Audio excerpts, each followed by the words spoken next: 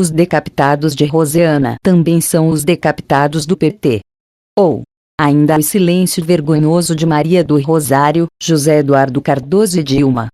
Os decapitados da governadora Rosiana Sarney também são os decapitados do PT, o que explica o silêncio vergonhoso de Maria do Rosário, ministra dos Direitos Humanos, e José Eduardo Cardoso, ministro da Justiça, a quem está subordinado o sistema penitenciário nacional. Pouco destaque se dá ao fato, mas o PT elegeu vice-governador na chapa encabeçada por Rosiana. A composição foi uma imposição de Luiz Inácio Apedeuta da Silva.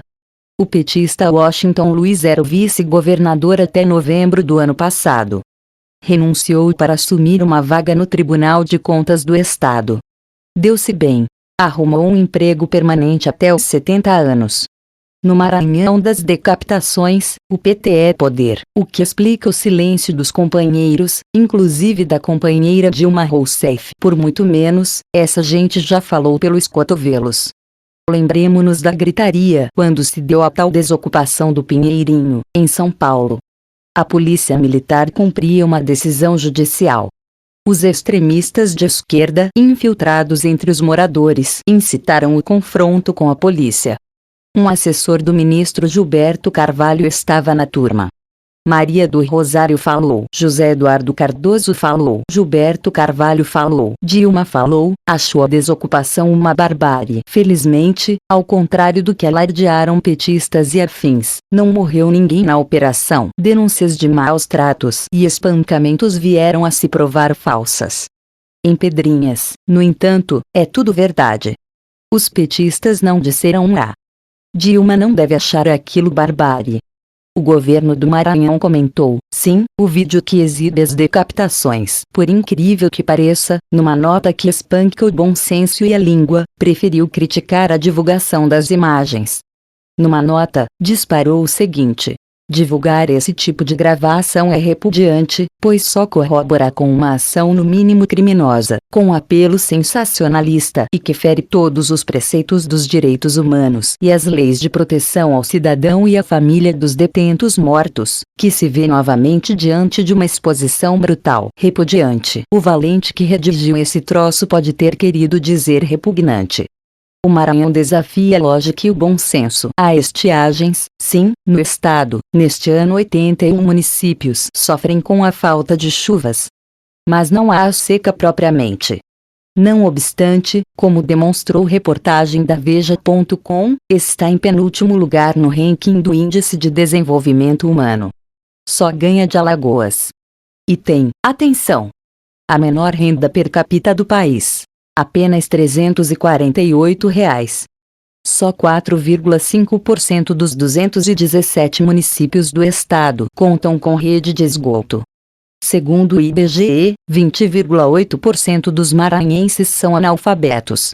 Por que evocar esses dados num texto que trata da decapitação de detentos? Porque tanto esse show de horrores como os dados sociais do estado remetem a uma mesma questão. A verdadeira tragédia do Maranhão não está na geografia. A verdadeira tragédia do Maranhão não está no clima. A verdadeira tragédia do Maranhão não está na natureza. O mal do Maranhão muda de prenome, mas não muda de sobrenome. Chama-se Sarney. O homem está no poder, no Estado, pessoalmente ou por intermédio de prepostos, desde 1966. Só a ditadura dos irmãos Castro, em Cuba, é mais longeva. Sarney também construiu a sua ilha de atraso. Nestes 48 anos em que o Estado está sob a gestão da família, sucessivos governos se encarregaram de transformar a vida da população numa rotina de pobreza e desesperança. Mas vocês não precisam acreditar em mim. Acreditem na voz do patriarca. Em dezembro, ele concedeu uma entrevista à Rádio Mirante, que pertence à sua família. Em um ano, 59 detentos já haviam sido assassinados. O homem disse esta preciosidade: aqui no Maranhão, nós conseguimos que a violência não saísse dos presídios para a rua. Grande pensador. Como se nota, ele conseguia ver algo de positivo naquelas ocorrências trágicas. Os detentos devem ter ouvido a sua ladainha macabra e ordenaram aos companheiros que estavam nas ruas que botassem o terror na população. A menina Ana Clara Santos Souza, de 6 anos, morreu às 6h45 de segunda-feira no Hospital Estadual Infantil Juvencio Matos, em São Luís. Ela teve 95% do corpo queimado em um ataque a um ônibus ocorrido no dia 3. A ordem para atacar os ônibus saiu dos presídios para as ruas.